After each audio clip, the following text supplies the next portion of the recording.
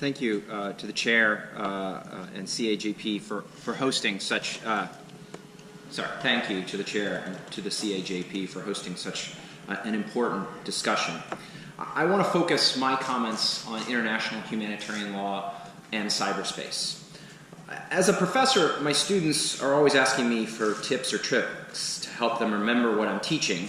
And I often try and give them some seemingly random combination of things to try and make sure that they can remember and relate to the matter at hand. And given that I'm the last speaker at the end of a long afternoon, I'd like to do that with you today. So for my talk today, I've got 4 things that I'd like you to remember. Jean-Paul Sartre, a baby carriage, horses, and Simon and Garfunkel. Now, that's a strange list of things. And it usually gets everyone's attention, since most people want to know, how on earth do I connect Jean-Paul Sartre, a baby carriage, horses, and Simon and Garfunkel to international humanitarian law, let alone cyberspace? But I assure you I'm up to the task. Each of these 4 things I submit says something fundamental about the current state, not of cyberspace, but so much as international humanitarian law as it relates to cyberspace and information and communication technologies. For starters, there is Jean-Paul Sartre, the father of existentialism. I choose him to symbolize what I'd call the existential challenge that international humanitarian law faces in cyberspace. That is the question whether specific international legal regimes even exist or apply in the cyber context. There was a time when states failed reportedly over very much exactly that question, that the 25 states participating could not come to consensus on the applicability of international humanitarian law to cyberspace. Now, I should be clear, a number of states and organizations insist, as I would assume the ICRC does, that of course IHL can apply to cyberspace. And indeed, the European Union and NATO have officially taken that very position.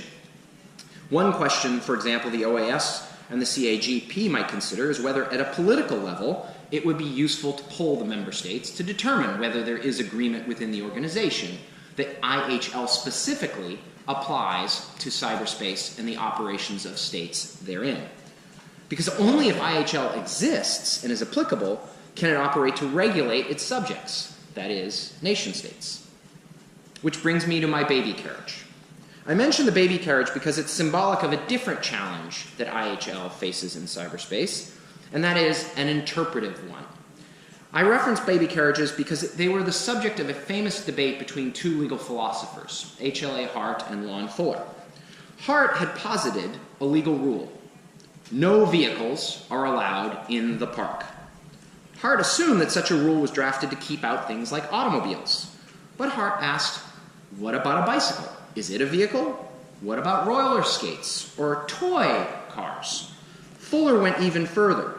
He asked, does the rule really prohibit an ambulance from going into the park?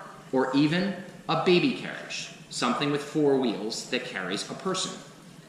The baby carriage then symbolizes how, even when we agree that a legal regime like IHL applies and exists in cyberspace, we may still have a lot of problems figuring out what that set of rules means in particular contexts. For example, among those accepting IHL's application, there is this long-standing interpretive question: when will a cyber operation qualify as an attack, which, as Ian has noted, then would subject it to the rules on distinction, proportionality, and precautions? Does a cyber operation rise to the level of an attack only when it produces violent consequences generated or equivalent to that generated in the past by kinetic or biological weapons, that is death, destruction, or property damage? Or could a cyber operation that disrupts the integrity of the target, say scrambling all the decimal places in a stock market or a financial system without killing anyone or doing any physical damage, would that constitute an attack subject to the rules of IHL? In many cases, these interpretive debates end up being a debate over the default rules. We're fairly clear on what is prohibited at one pole and what's permitted at the other pole, but it's the novelty of this technology that occupies the gray space in between, and we have to know, do we presumptively, by default, include this new behavior in the prohibition or in the realm of permitted activity? Answering that question brings me to horses. The relevance of horses, you might be surprised to know, to cyberspace has been widely accepted for over 20 years. There's a US judge, Frank Easterbrook, and he gave a famous speech critiquing the need for new laws in cyberspace. Easterbrook noted how law schools don't teach any classes on the so-called law of the horse. He said, of course, law exists to regulate horses, right? We have contracts in which horses are bought and sold, licensing schemes for racing horses, cases on veterinarian malpractice, even the torts horses commit when they hurt people. But Easterbrook said, we don't need to have a field of law for horses. And he said specifically, and I quote, the best way to learn the law applicable to specialized endeavors is to study general rules. He said the same was true for cyber. We should focus more, he said, on figuring out how the general rules that exist apply to cyber and spend less time trying to build cyber-specific rules. A couple of years later, Harvard law professor Larry Lessig rebutted Easterbrook's claim by claiming that, actually cyberspace is unique such that it does require new tailor-made rules. And his argument was based on the idea that in cyber, although we have social norms for programmers, market forces at work, we also have code, the ICT architecture, that is the code that constructs the internet and the technologies that we use through it.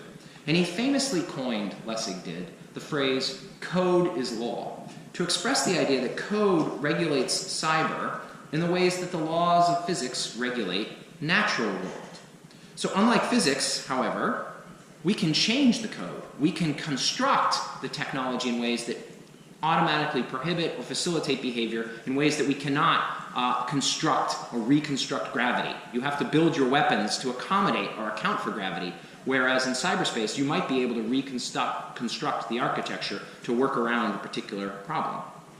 So for me, horses stand in for the procedural challenges IHL faces going forward. And that is assuming a desire to resolve the existential and interpretive questions I've mentioned. How are we going to do so? Some are against devising any law of the horse for cyberspace.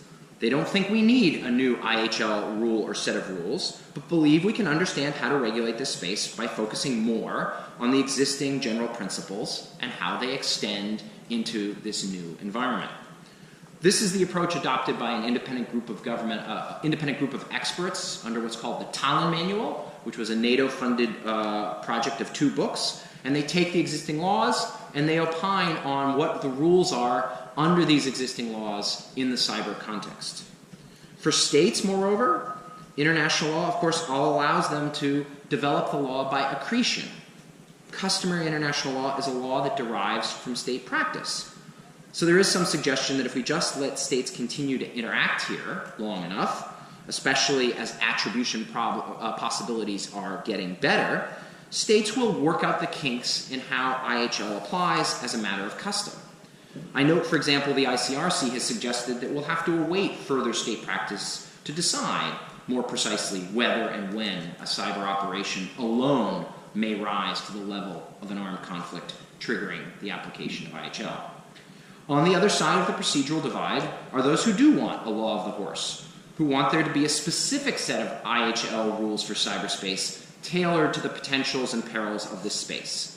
And we have seen this from time to time with other technologies, whether it's the law or the prohibition on blinding laser weapons. We've certainly seen it in cyberspace with respect to the prohibition on certain types of cyber crime under the Budapest Convention. And we've begun to see it in some nascent efforts bilaterally and regionally to craft specific rules. Russia and China have a cybersecurity agreement. The African Union has a regional cybersecurity convention, and there are global calls by the likes of Microsoft for a digital Geneva Convention.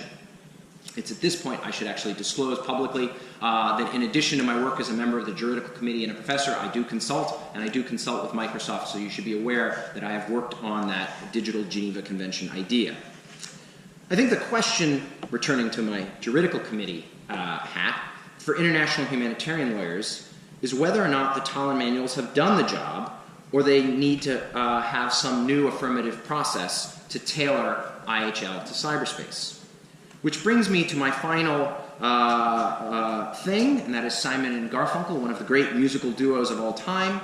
And I mention them because their most famous song was called The Sounds of Silence. And silence constitutes a fourth and final challenge for IHL in cyberspace today. The Tallinn manuals are undoubtedly important referent works. Governments were consulted in their drafting. The likes of the ICRC have opined on how IHL applies. But recent research by Yuval Shani, who's the chair of the UN Human Rights Committee, and Dan Efrani, who's formerly with the Israeli Defense Forces, suggests that states have left the Tallinn manuals on the shelf, as it were, in their actual practice. States have, to date, largely been silent about how they understand international law generally and international humanitarian law specifically in the context of cyber operations. We actually have relatively little evidence of what states think about international law and how it would operate with respect to specific cyber incidents. Which cyber incidents would or would not trigger an armed conflict by themselves? What constitutes an attack subject to the principles of distinction, proportionality, and precaution with respect to a cyber operation? If a cyber operation only targets data, is that operation subject to the principle of distinction, where states can only target military objectives? Or is it open to targeting because it is not a military objective or it is not a part of an armed conflict? In some ways, the current sounds of silence are the most critical of the four challenges I've mentioned.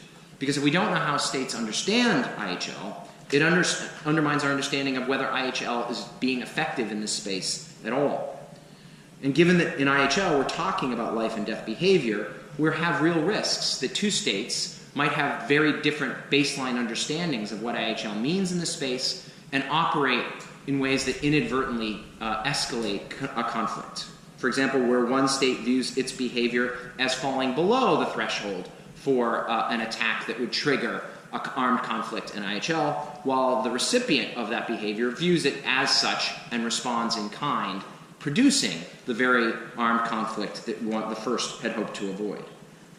So, in sum, as we look to the future of IHL in cyberspace, I hope, like me, you'll now see that it really is about Jean-Paul Sartre, baby carriages, horses, and Simon and Garfunkel. We have existential challenges about whether we can actually have a consensus that IHL can apply to cyber operations. We have interpretive challenges. Given the existing IHL rules which do apply, what do they mean when it comes to cyber operations? We have challenges that are procedural, which is should we continue to focus on things like the Tallinn Manual and explaining the law as it exists, or should we have a dialogue about elaborating or crafting new IHL variations in this space? And finally, how do we get states to break the sound of silence? How do we get greater clarity or transparency on what states think IHL means when it comes to their cyber operations or the cyber operations of other states or those for whom a state is responsible? On the part of the Inter-American Juridical Committee, we recently decided to focus on this fourth challenge, to try and break the silence a bit. We agreed at our last regular session to add a project to our agenda to improve transparency with respect to international law and cyber operations. So hopefully, shortly, we will be sending out a questionnaire to all OAS member states, not just on international humanitarian law, but on the array of international legal questions that arise with respect to state cyber operations. And to be clear, our goal is not to have the committee reach any conclusions or offer any principles on what international law means vis-a-vis state cyber operations, but rather to get members to think about the answers they have to these questions and to publicize them so that both in the region and beyond we have a better sense of what law exists and how well it works. To map areas of agreement, but also to map those areas where there is disagreement or divergence. And in doing so, it is our hope to improve the efficacy of international law and international humanitarian law in particular. I'll stop there. I'm happy to take questions.